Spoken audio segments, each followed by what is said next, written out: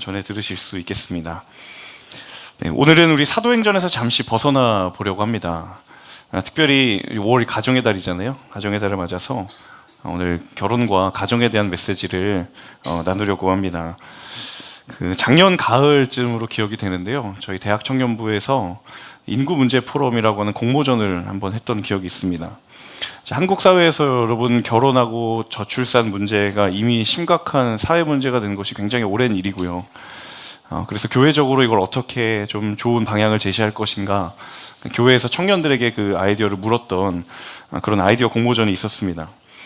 그때 굉장히 참신하고 좋은 아이디어들이 많이 나왔던 것으로 기억을 하고 있는데, 그때 이제 저를 비롯하여서 우리 대학 청년부 교육자분들의 공통된 생각 하나가 무엇이었냐면, 그래도 크리스천 청년들은 다 결혼하고 싶어하고 가정을 꾸리고 싶어하는구나 라는 것이었습니다.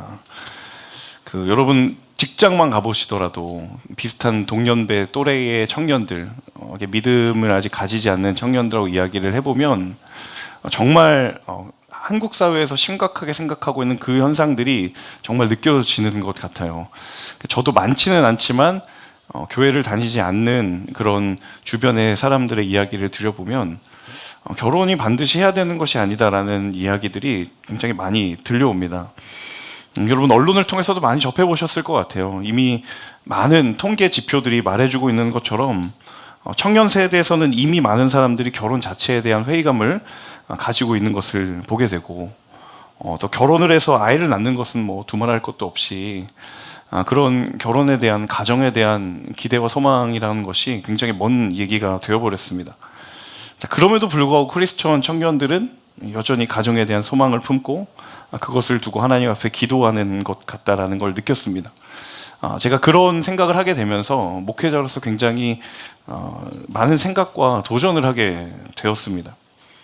우리 청년들이 결혼을 하고 가정을 이루기까지 하나님이 원하시고 말씀이 제시하고 있는 그 방향을 잘 정말 가이드해 줘야 되겠구나, 알려줘야 되겠구나라는 그런 거룩한 부담감을 품게 된 것입니다. 그래서 사실 오늘 또 가정의 달을 맞이하여서 결혼과 가정에 대해서 꼭 말씀을 나누어야 되겠다라는 그런 마음이 있었습니다. 오늘 함께 말씀을 나누는 가운데 저와 여러분 모두에게 하나님이 주인 되시는 그 가정의 꿈과 소망이 다시 선명해지고 충만하게 될 수 있기를 주님의 이름으로 축복합니다. 가정과 결혼에 대한 성경 말씀이 뭐가 있나라고 잠시 생각을 해보면 흔히 우리 안에 떠오르는 대표적인 본문들이 있죠. 이야기들이 있습니다. 예를 들면 이삭과 리브가가 만난 이야기라든지, 아니면 룻과 보아스가 만나는 장면이라든지, 결혼하면서 떠오르는 성경 구절들이 있거든요. 그런데 오늘 이 본문을 읽는 순간 여러분 어떤 생각이 드셨는지 모르겠어요. 어떤 분들은 도대체 이 본문이 결혼과 가정과 무슨 연관이 있을 것인가 라는 의구심을, 궁금증을 품고 계시는 분이 계실 수도 있지 않나라는 생각이 드는데요. 그래서 오늘은 특별히 마지막 10절부터 우리가 함께 살펴보면 좋겠습니다. 10절 말씀을 다시 한번 같이 읽어보도록 하겠습니다. 그러므로 기회가 닿는 대로 모든 사람에게 선한 일을 하되 특히 믿음의 가족들에게 합시다. 갈라디아서 6장은 전체 본문의 마지막 장이에요. 특히나 1절에서 10절은 갈라디아 교회를 향하여서 바울이 주는 영적인 권면의 메시지, 굉장히 실천적인 메시지를 담고 있습니다. 그 결론격의 구절이 어디냐면 10절이에요. 앞서서 바울이 쭉 권면했던 그 모든 영적인 권면의 결론에 대해서 바울이 뭐라고 이야기하는가 하면 특히 믿음의 가족들에게 합시다 라고 되어 있어요. 특히 믿음의 가족들에게 합시다. 믿음의 가족들. 바울이 가장 1차적으로 말하고자 했던 이 믿음의 가족이란 교회 공동체를 말하는 겁니다. 그런데 그렇기도 하지만 동시에 바울은 이 믿음의 가족들을 우리가 이해하고 있는 바로 그 가정을 향한 영적인 권면이기도 했어요. 왜냐하면 가정과 교회는 대단히 중요한 영적인 속성을 공유하고 있기 때문입니다. 그 속성이 무엇인가 하면 가정은 교회와 더불어서 하나님께서 직접 세우신 공동체라는 영적인 속성을 공유하고 있습니다. 여러분, 성경에서 하나님이 친히 세우신, 하나님이 직접 세우신 유일한 공동체가 두 곳인데, 하나가 교회요, 또 다른 하나가 바로 가정입니다. 자, 하나님이 직접 세우셨다. 이게 구체적으로 어떤 의미인가 하면, 가정은 하나님이 친히 세우신 공동체이기 때문에 거기에는 무엇이 존재하는가? 하나님이 그 공동체를 세운 목적과 분명한 의도가 있다는 거예요. 자, 그럼 그 목적과 의도가 무엇인가? 하나님은 우리의 가정을 통해 그 가정의 주인이 하나님이심을 알리기를 원하시고, 가정이 하나님의 임재 안에 거하기를 힘쓰기를 원하시고, 그리하여서 가정을 통해 하나님의 살아계심과 하나님의 영광이 드러나는 것, 이것이 하나님께서 가정을 세우신 목적인 줄로 믿습니다. 자, 그래서 저 여러분이 오늘 이루기를 바라고 또 꿈꾸는 그 가정을 위해 지금부터 준비해야 될 것이 무엇인가 하면, 그 내 삶을 향한 하나님의 목적의 우선순위를 견고하게 하는 거예요. 여러분, 가정을 위한 준비, 가정을 향한 하나님의 목적을 알아가는 단계는 내가 누군가를 만나기 시작한 그 순간부터 하는 것이 아닙니다. 내가 먼저 누군가를 만나지 않았지만 내가 먼저 하나님이 내게 주신 그 영적인 우선순위에 견고하게 서 있다라고만 한다면, 여러분, 누군가를 만나면 그게 그냥 그렇게 자연스럽게 흘러가게 되어 있다라는 거예요. 결혼에 관한 여러 질문을 참 많이 받습니다, 목회자로서. 그 중에 정말 빈도수가 높은 질문 중에 하나가 뭐냐면, 여러분 뭘 것 같으세요? 목사님, 믿지 않는 사람 만나도 되나요? 굉장히 빈도수가 높습니다. 탑3에 드는 질문이요. 믿지 않는 사람 만나도 됩니까? 근데 특히 자매님들이 이 질문하는 비율이 훨씬 많습니다. 이해가 돼요. 교회에 이제 성비가 워낙 이렇게 기울어진 운동장이잖아요. 네. 그래도 저희 W 공동체는 형제 비율이 높습니다. 네. 그래서 자매님들이 여기서 막 낙심하시고 다른 공동체에 기웃거리셔도, 네, 그 뒤에 말을 생략할게요. 네, 여러분 알아서 판단하시면 됩니다.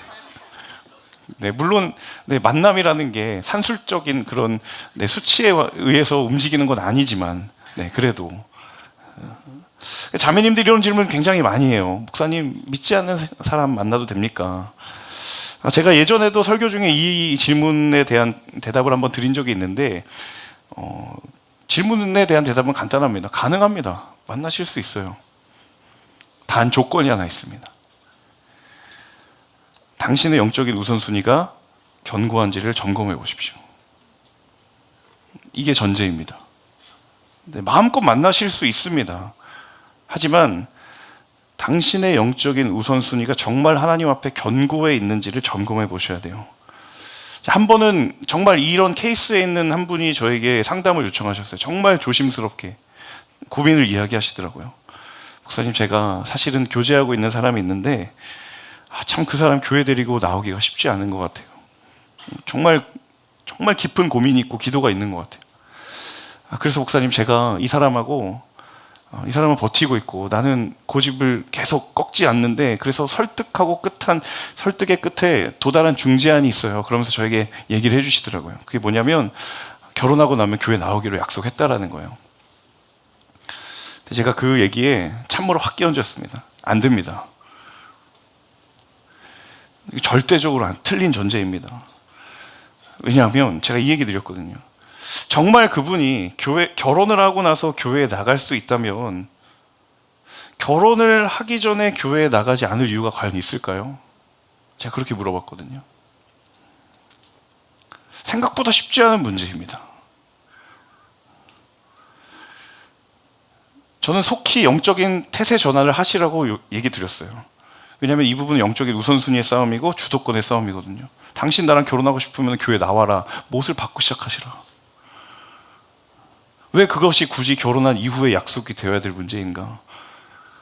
저는 많이 봤습니다. 물론 여러 가지 케이스를 봤지만, 물론 믿지 않는 분하고 결혼해서 그 분을 전도하는 케이스도 봤지만 반대의 경우도 훨씬 많이 봤어요. 그 마음에 좀 안타까움이 있는 경우가 있어요. 정말 결혼 전에는 신앙생활 정말 열심히 했는데 그냥 어느 순간에 증발돼 버렸어요.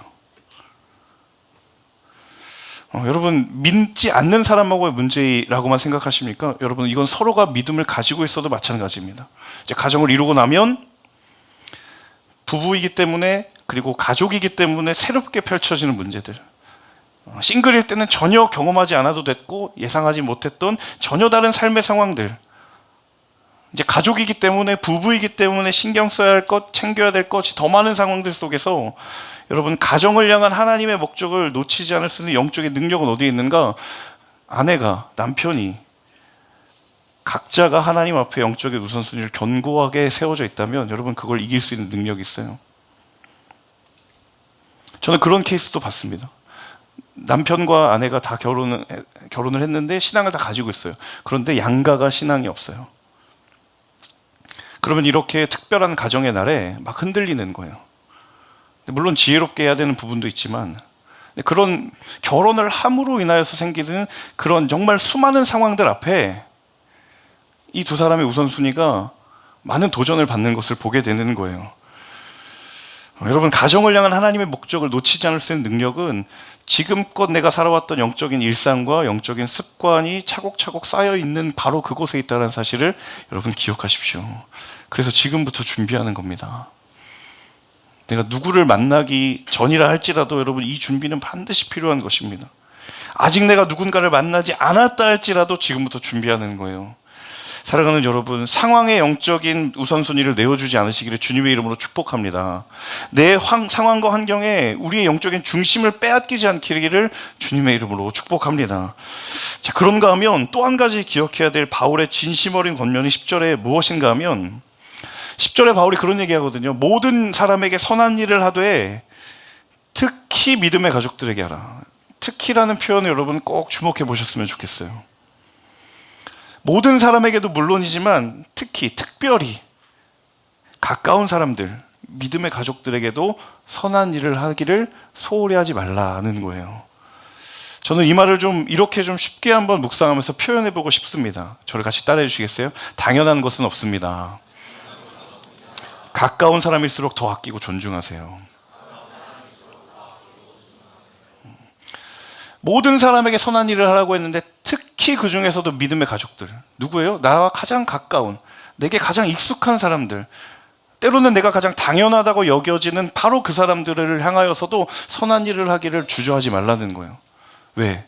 그들의 존재가 내게 당연하지 않거든요. 가까운 사람일수록 더 아끼고 존중해야 되기 때문이거든요. 제가 결혼하고 나서 이제 받았던 질문 중에, 많은 질문 중에 또 하나가 뭐냐면, 목사님, 사모님의 어떤 점이 가장 마음에 들으셨나요? 이런 질문이었어요. 네, 확실히 이렇게 웃음꽃이 활짝 피시면서 귀가 쫑긋 세워지는. 네, 근데 제가 그 질문 받을 때마다 주저하지 않고 대답하는 게 있는데 뭐냐면, 저희 아내는 제가 아내를 향하여 주는 어떤 호의의 크기와 상관없이 저의 마음의 중심을 보는 눈이 있습니다. 반응이 있습니다. 네. 이렇게 반응하실까봐 제가 사례를 하나 말씀을 드리면, 지금 제가 결혼한 지 11년 정도가 됐는데, 저거는 이제 그 집에 늦게 들어갈 때마다 그냥 예고 없이 그 아내가 좋아하는 커피를 한 잔씩 사가지고 집에 가거든요. 아내가 이제 한창 육아할 때 정말 하루에 커피 한 잔을 못 마실 때가 있는 거예요.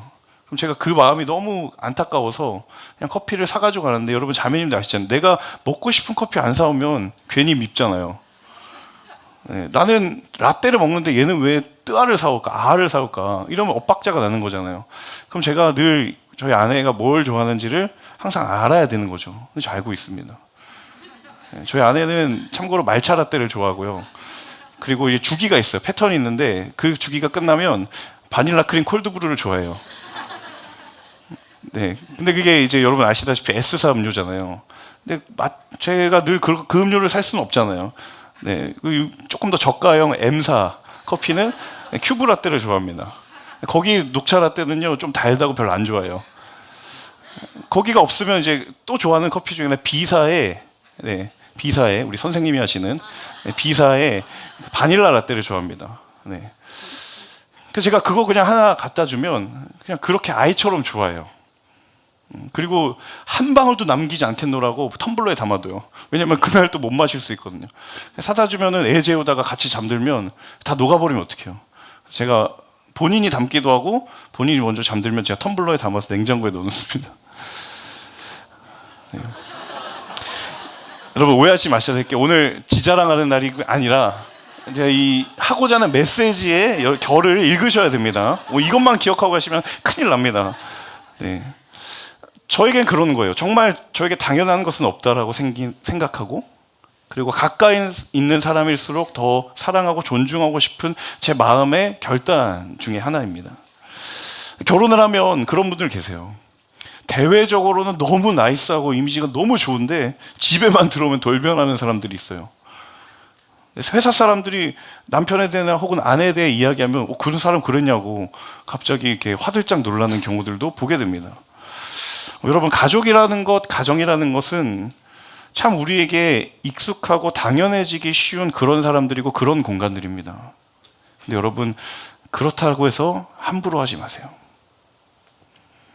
그래서 저는 일부에도 나누었지만 오늘 예배 끝나고 집에 가셔서 여러분 부모님에게 같이 사신다면 직접, 떨어져 계신다면 전화로, 그리고 여러분의 사랑하는 가족들에게 꼭 사랑과 감사의 인사를 꼭 전하시기를 바라겠습니다.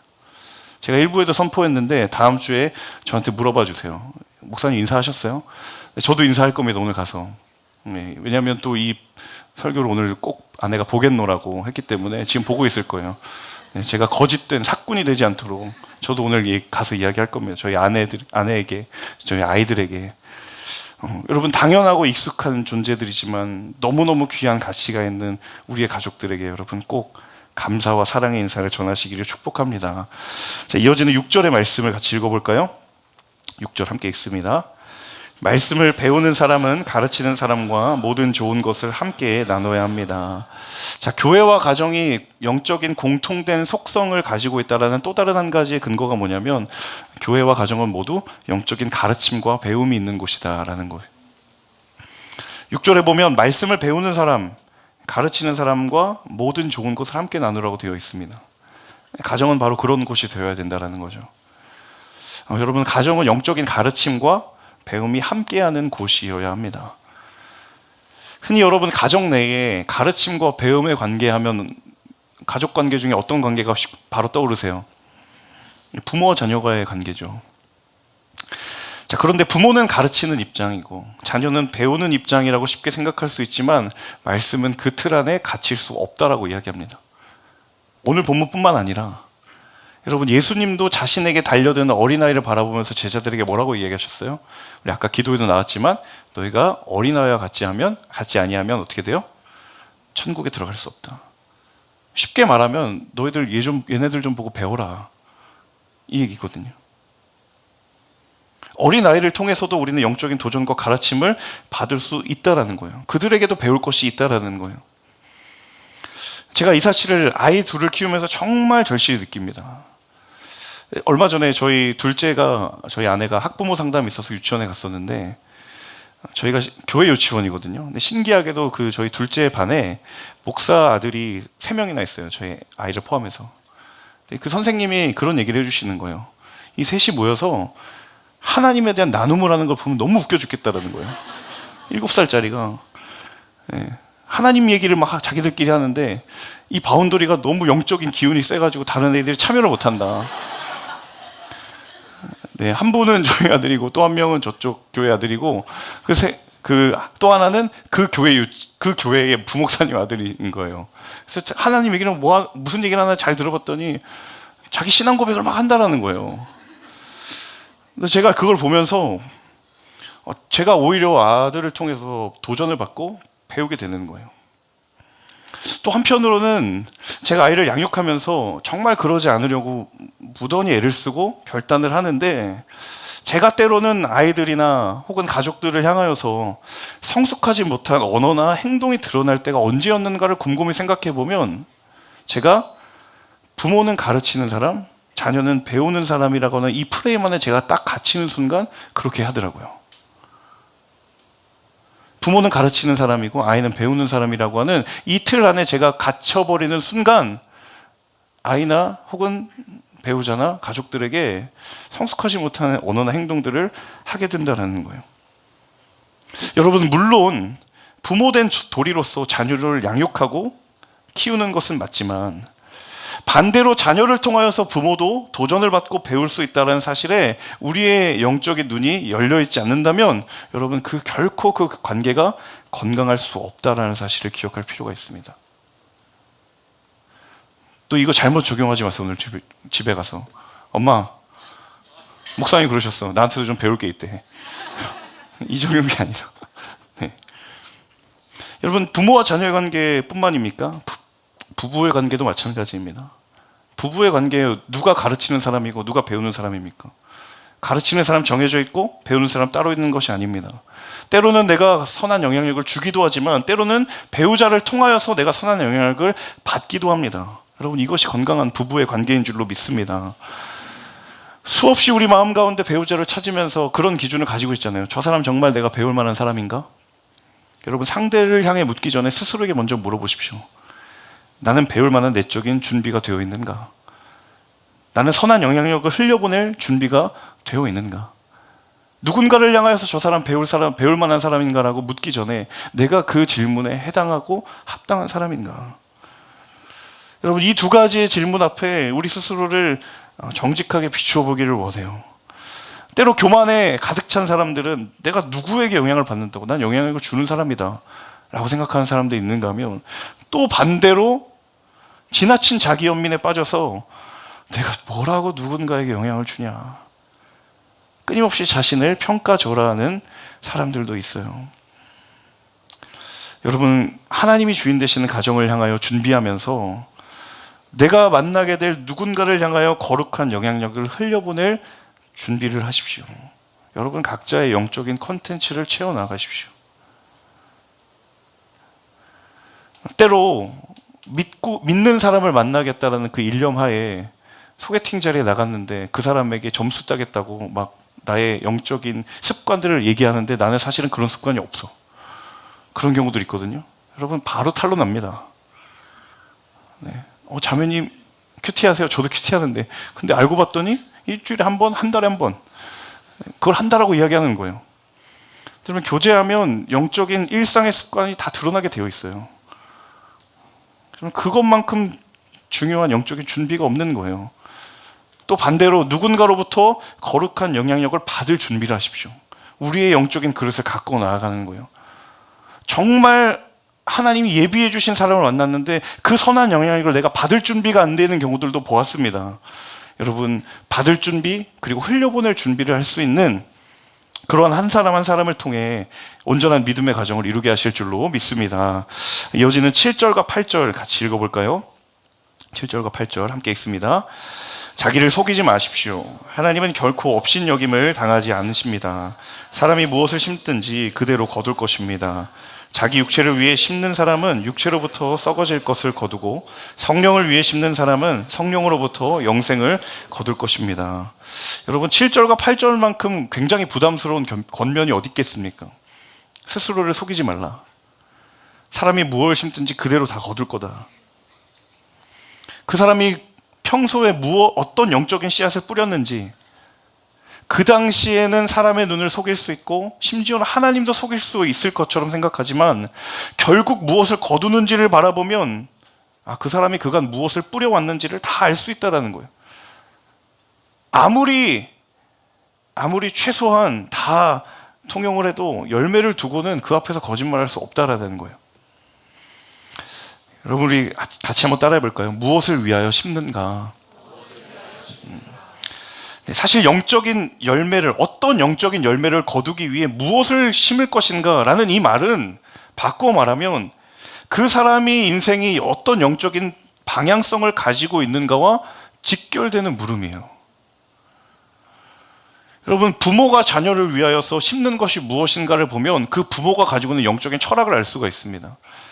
제가 아주 오래전에 청소년부 사역을 할 때 한 학부모님이 저에게 찾아오셔서 이야기를 하시는 거예요. 저희 아이가 이제 고3이 됐으니까 교회를 잠시 쉬고 학원에 좀 매진하고 공부에 매진해야 되겠습니다. 이렇게 얘기하시는 거예요. 그 부모가 어떠한 영적인 방향성을 가지고 있는가가 가장 정확하게 드러나는 말이 아니겠습니까?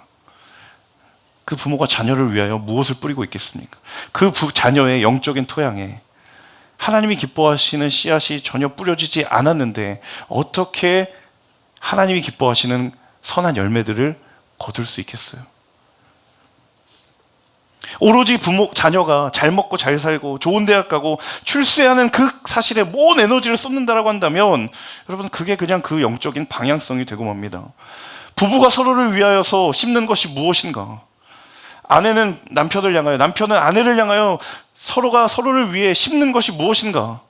여러분, 가정에 하나님 나라를 세우기 위하여 시간을 쏟고 마음의 씨앗을 뿌린다면 여러분, 그것이 거룩한 영적인 방향성이 될 줄로 믿습니다. 여러분, 나에게 꼭 맞는 배우자를 찾는 방법을 제가 하나 알려드릴게요. 한 가지 비결이 있습니다. 오늘 오신 분에 한해서만 얻어가십시오. 그 비결은 무엇이냐면, 내가 관심 있는 그 사람 혹은 내가 교제하고 있는 이 사람이 무엇을 위하여 인생의 씨앗을 뿌리고 있는가를 유심히 한번 살펴보십시오. 그 사람이 무엇을 위하여 시간의 씨앗을 뿌리고 있는가? 그 사람이 무엇을 위하여 마음의 씨앗을 뿌리고 있는가를 잘 한번 살펴보십시오. 여러분, 시간과 마음은 그 인생의 중요한 자리로 가게 되어 있어요. 그 사람이 공동체 리더십을 했다? 그 사람이 모태신앙이다? 3대째 기독교 신앙이다? 여러분, 그것으로 그의 신앙을, 스스로의 신앙을 포장할 수는 있겠지만 여러분, 오늘 이 말씀처럼 그가 뿌린 그 모든 씨앗의 열매는 결코 거짓말을 하지 않습니다. 그가 지금 무슨 씨앗을 뿌리고 있는지를 잘 살펴보십시오. 여러분, 그게 배우자 분별하는 가장 중요한 첫 단계입니다. 결국 그것이 그 사람이 어떤 인생의 가치관을 가지고 있느냐를 가장 명확하게 보여줄 수 있는 영적인 지표가 될 것입니다. 사랑하는 여러분, 하나님을 향하여 영적인 씨앗을 뿌리는 하나님의 사람들, 준비된 사람들 되시기를 주님의 이름으로 축복합니다. 주를 위하여 인생의 씨앗을 뿌리고 있는 사람을 분별할 수 있기를 원하신다면 여러분이 뿌려보셔야 합니다. 하나님을 위하여 씨앗을 뿌려보아야 하고, 하나님을 위하여 마음의 씨앗을 뿌려본 사람이 그렇게 씨앗을 뿌리는 사람을 보게 된다는 거예요. 내가 하나님을 향하여 시간을 쏟지도 않고 마음을 쏟지도 않는데 마음은 그런 사람 만나고 싶잖아요. 그거 얼마나 이율배반적입니까? 어떤 씨앗을 뿌리고 있는지를 내가 직접 하나님 앞에 그 영적인 씨앗을 뿌리는 경험이 있는 사람은 그렇게 씨앗을 뿌리는 사람을 보게 될 것입니다. 여러분, 그런 믿음의 사람들을 만날 수 있기를 주님의 이름으로 축복합니다. 자, 마지막 9절 말씀 같이 읽어볼까요? 9절 함께 읽습니다. 선한 일을 하다가 낙심하지 맙시다. 하지 않으면 때가 이르면 거두게 될 것입니다. 포기하지 않으면 때가 이르면 거두게 될 것입니다. 저는 특별히 이 9절의 말씀이 믿지 않는 가정, 믿음의 일대로 살아가시면서 가정의 구원과 복음화를 위해 지금도 기도하시는 우리 지체들에게 이 말씀이 하나님의 약속의 말씀 되기를 주님의 이름으로 축복합니다. 포기하지 않으면 때가 이르면 반드시 거두게 될 것이다. 가정에 관한 말씀을 들을 때마다 소망보다는 한숨이 앞서는 분이 계시다면 여러분, 오늘 이 말씀이 하나님의 위로가 되고 약속이 되기를 간절히 축복합니다. 자, 왜 포기하지 말아야 될 것인가? 그렇다면 왜 포기하지 않을 수 있을 것인가? 여러분, 이유는 간단합니다. 그 기다림의 때를 기다리며 영적인 진정성 아래 담겨져 있는 그 씨앗들은 반드시 열매를 거둘 날이 오게 되기 때문입니다. 여러분, 바꿔 말하면 결혼과 가정의 생명은 진심과 진정성이에요. 부부가 얼마나 진심의 씨앗을 서로에게 뿌리고 있는가? 부모가 자녀에게, 그리고 자녀가 부모에게. 가정의 위기가 언제 시작되는가? 이 진심과 진정성이 사라지고 있다고 느낄 때, 그때 위기가 와요. 반대로 가정의 위기를 언제 극복할 수 있는가? 우리의 가족에 진심의 헌신이 있고 진정성 있는 사랑의 수고가 존재한다면 때로 그 가정이 흔들릴지언정 결단코 무너지지 않게 될 줄로 믿습니다.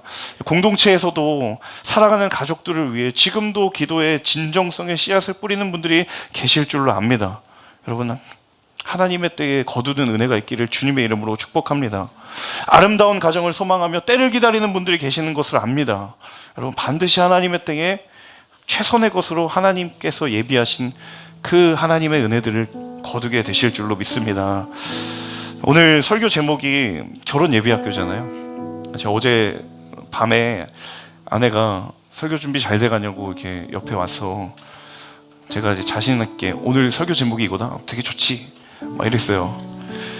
그랬더니 아내가 나 이 결혼 예비학교라는 단어에 아픈 기억이 있다고 갑자기 얘기를 하는 거예요. 저희 아내가 요셉 청년부 출신입니다. 저희 토요일에 예배드리는 요셉 청년부 출신인데, 당시 요셉 청년부의 토요일 예배가 끝나는 시간과 그 동시간대에 지하에서 결혼 예비학교를 했어요. 요셉 청년부가 본당에서 예배를 드리고 그 지하에 두란노을에서 결혼 예배학교를 하는데 끝나는 시간이 정확히 똑같은 거예요. 그럼 매주마다 어떤 상황이 벌어지냐면, 위에서는 청년들이 예배 끝나고 내려오고 밑에서 이제 결혼을 약속한 커플들이 올라오면서 마주하게 되는 굉장히 그 어색한 상황이 생기는 거예요. 근데 이제 저희 아내가 그 예배자의 그룹에 있었던 거죠. 그러면서 이제 매주 나 정말 너무 싫었다. 자기는 예배 끝나고 내려왔는데 커플들이 막 옷 말끔하게 차려입고 올라오면서 막 뭐 혼수 얘기하고 막 이러는 게 자기 듣기가 너무 싫었다라는 거예요. 그래서 자기 그거 알아? 우리 그때 요셉 자매들은 지하에 내려가는 게 소망이었다고. 이 요셉 예배를 드리지 않고 지하에 내려가는 것이 기도의 제목이라고. 그래서 제가 물어봤죠. 자기도 그랬냐고. 나도 그랬지. 그 예배를 빠지고 결혼 예비학교 지하 두란노을로 내려가는 게 그 당시 모든 자매들의 꿈이었다.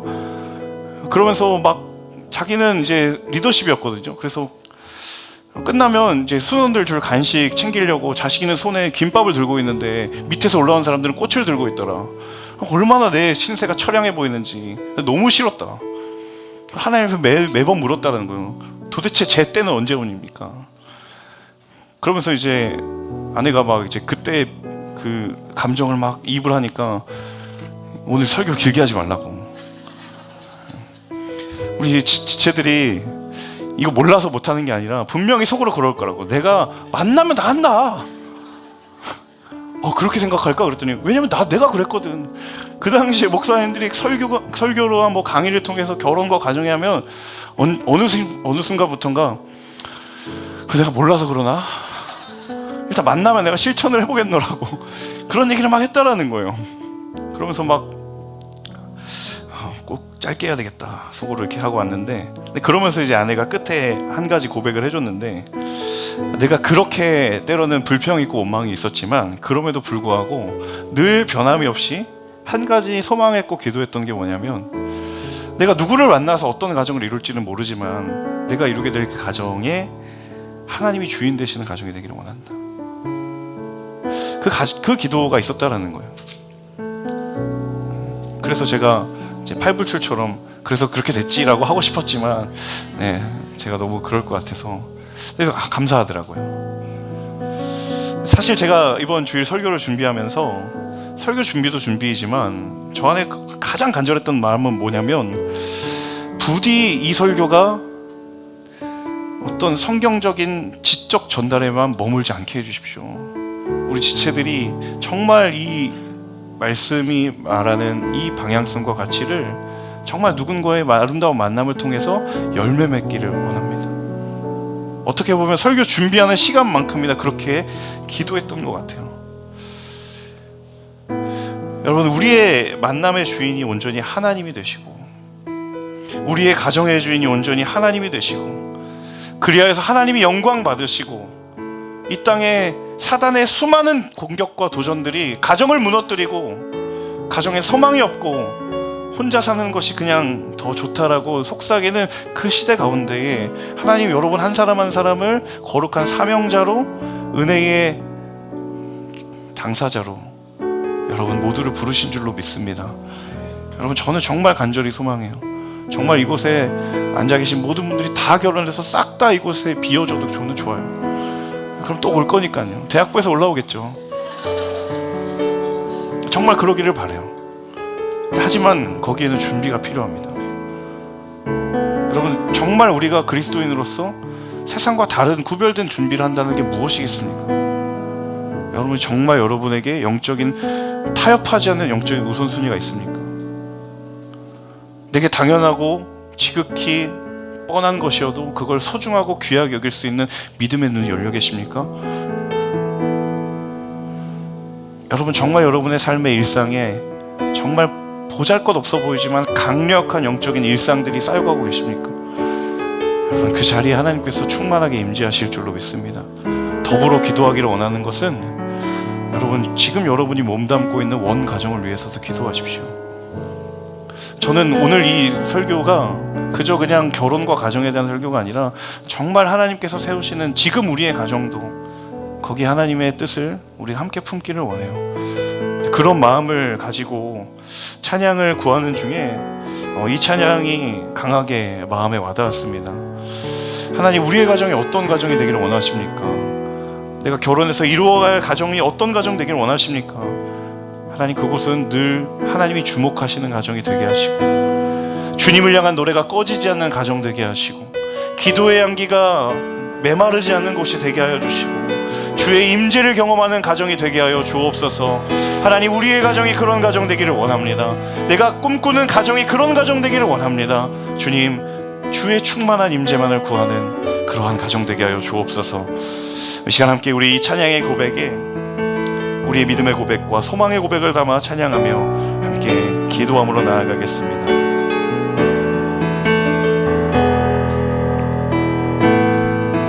하늘의 문을 여소서, 이곳을 주목하소서. 주를 향한 노래가 꺼지지 않으니 하늘을 열고 보소서. 이곳에 임재하소서. 주님을 기다립니다. 기도의 향기가 하늘에 닿으니 주여 임재하여 주소서. 이곳에 오셔서 이곳에 앉으소서. 이곳에서 드리는 예배를 받으소서. 주님의 이름이, 주님의 이름만이, 오직 주의 이름만 이곳에 있습니다. 하나님, 그런 가정 되게 하여 주옵소서. 함께 고백하기를 원하시는 분들 자리에 일어나셔서 찬양하며 나아가겠습니다. 하늘의 문을 여소서. 이곳을 주목하소서. 주를 향한 노래가 꺼지지 않으니 하늘을 열고 보소서. 하나님, 우리 가정 가운데 임재하여 주옵소서. 이곳에 임재하소서. 주님을 기다립니다. 기도의 향기가 하늘에 가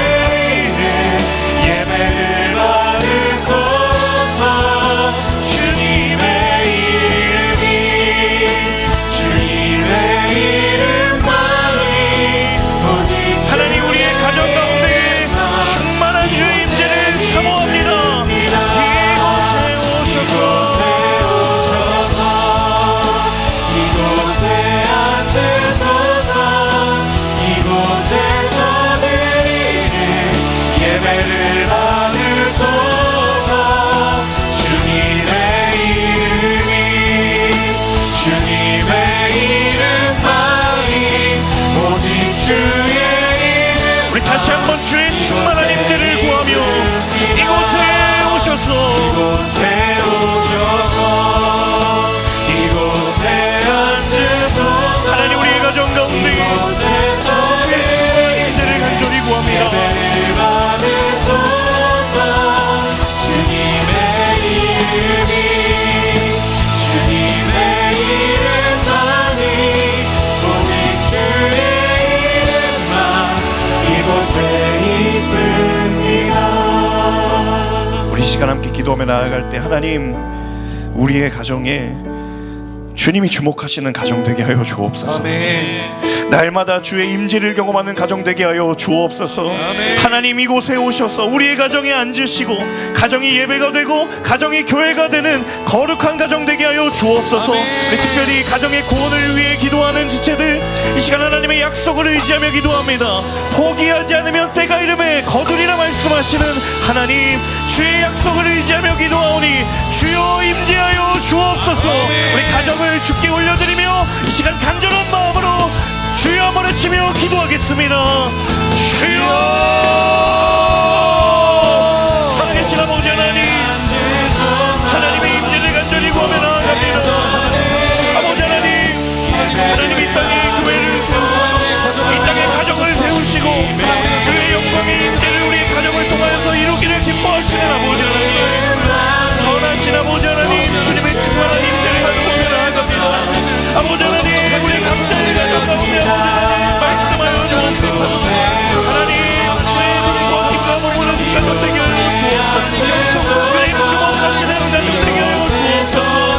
하나님 주의 충만한 임재가 있는 가정 하나님 기도의 향기가 꺼지지 않는 가정 주님을 향하여 예배하기를 사모하는 가정 되게 하여 주옵소서.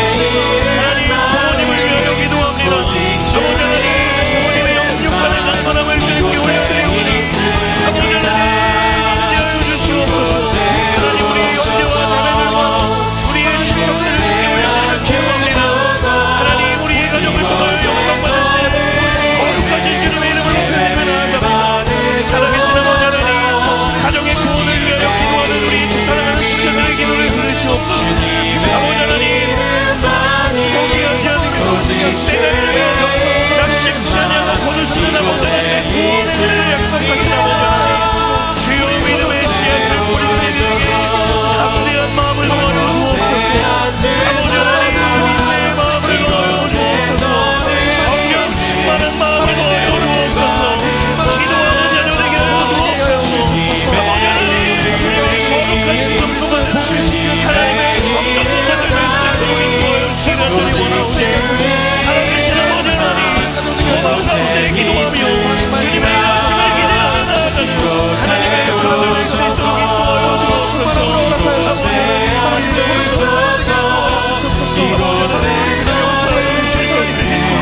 예배를 받으소서.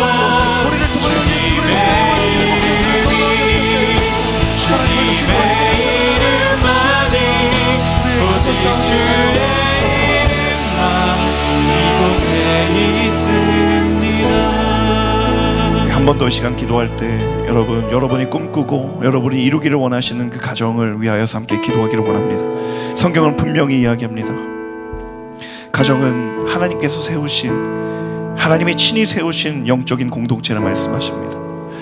하나님 내가 누군가를 만나야겠지라고 하는 그 사실에만 혈안이 된 채 그 영적인 가정의 뼈대와 그 골조가 정말 영적으로 튼튼히 세워져 있는가를 생각할 때 하나님 누군가를 만나지 않은 시간이어도 내가 그 성전된 가정을 준비하겠습니다. 아버지 하나님 우리의 믿음의 눈을 열어 주옵소서. 하나님 우리의 믿음의 귀를 열어 주옵소서. 하나님 예비하신 그 때에 따라 정해진 하나님의 사람들을 만날 수 있는 영적인 분별력을 도와여 주옵소서. 특별히 이 시간에 또 이미 결혼한 가정들이 있습니까? 결혼을 약속한 이들이 있습니까? 여러분 그런 가정을 위하여 기도하십시오. 주의 임재가 있는 가정을 위하여 기도하십시오. 구하고 바라는 모든 이들마다 주의 뜻대로 이루어질지어다. 이 시간 함께 주여 한번 외치며 간절한 마음으로 기도하겠습니다. 주여 하나님 기도하며 나아갑니다. 하나님 우리 사랑하는 청년들 우리 지체들 가운데 아버지 하나님 가정을 향한 거룩한 소망을 품고 있습니다.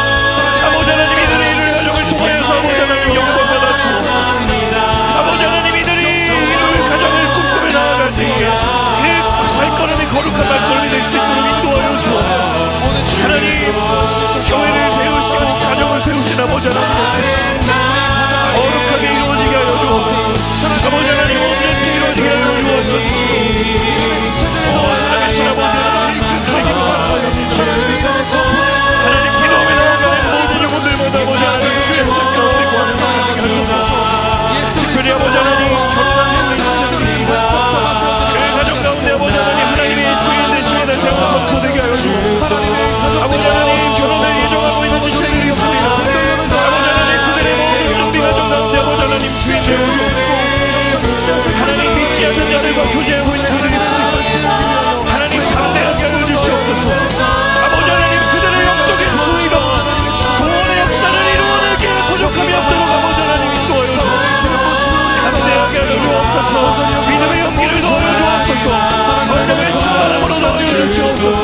아버지 하나님 그리하여 이 땅 가운데 아버지 하나님이 놀라운 일들을 우리가 이루게 될 가정을 통하여 주님에게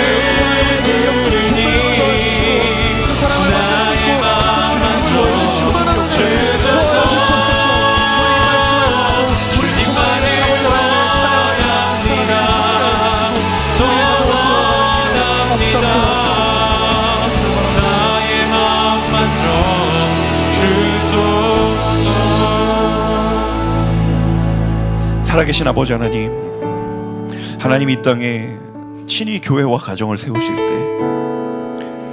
교회를 세우신 주님의 계획과 뜻과 가정을 세우신 하나님의 목적이 분명히 있을진데, 하나님 그 교회와 또 그 가정 가운데에 하나님의 뜻보다 우리의 뜻과 우리의 방법과 우리의 기대가 가득 차 있는 것은 아닌지, 하나님 오늘 다시 한번 이 말씀을 우리의 삶 가운데 비추어 보며 겸손케 되기를 원하고 다시 한번 주의 뜻 가운데 서기를 원합니다.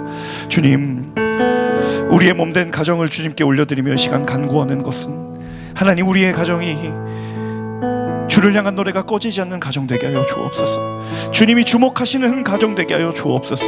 하나님 기도의 향기가 꺼지지 않는 가정 되게 하여 주옵소서. 하나님이 늘 그 가정을 향하여 주의 눈과 귀를 두며 주의 뜻을 온전히 담아내는 믿음의 가정 되게 하여 주옵소서. 특별히 아버지 하나님, 우리 공동체 지체들 가운데에 가정의 구원을 위하여, 가정의 복음을 위하여 정말 하나님 앞에 매달리고 엎드려 눈물 흘리며 기도하는 그 기도를 들으시고, 하나님 그들이 포기하지 않고 때가 이르면 거두게 될 것이라는 주의 약속을 의지하며 낙심치 아니하고 그 믿음의 걸음을 담대하게 걸어가는 하나님의 사람들 되게 하여 주옵소서. 주님, 우리 안에 깨어진 관계들의 가족의 문제들이 있습니까? 너무도 사소한 말이지만 스쳐 지나가는 말들로 서로에게 상처를 준 그런 상처의 흔적들이 있습니까? 하나님, 다시 한번 예수 그리스도께서 우리를 위하여서 보여주신 그 사랑으로 온전케 되게 하여 주옵소서. 하나님, 당연한 것은 없습니다. 하나님 우리에게 가족을 주신 것, 가정을 주신 것 아무런 의미와 아무런 의도와 목적 없이 우리에게 주신 것 아닙니다. 하나님, 거기에 담겨져 있는 그 주의 뜻을 다시 한번 세워나가는 거룩한 영적인 건축자와 같은 하나님의 사람들 모두가 될 수 있도록 인도하여 주옵소서. 하나님, 우리 청년 지체들이 꿈꾸고 소망하는 그 가정 하나님 주인 되어 주시옵소서. 정말 믿음에 예비하신 배우자들을 만나게 하시고 또 그를 통하여서 하나님의 살아계심이 선포되게 하시고 그 가정의 주인이 하나님이심을 온전히 선포하는 거룩한 믿음의 가정 이루어지게 하여 주옵소서. 주님, 이미 결혼한 우리 지체들, 또 결혼을 약속하고 준비하는 지체들, 하나님 우리가 걸어가는 그 가정의 발걸음에 하나님의 흔적만이 온전히 새겨질 수 있도록 주님 이들 가운데도 함께 하시고 역사하여 주옵소서. 그렇게 하실 주님의 이름을 찬양하고 감사드리며 이 모든 말씀 살아계신 주 예수님의 이름으로 감사하며 기도합니다. 아멘.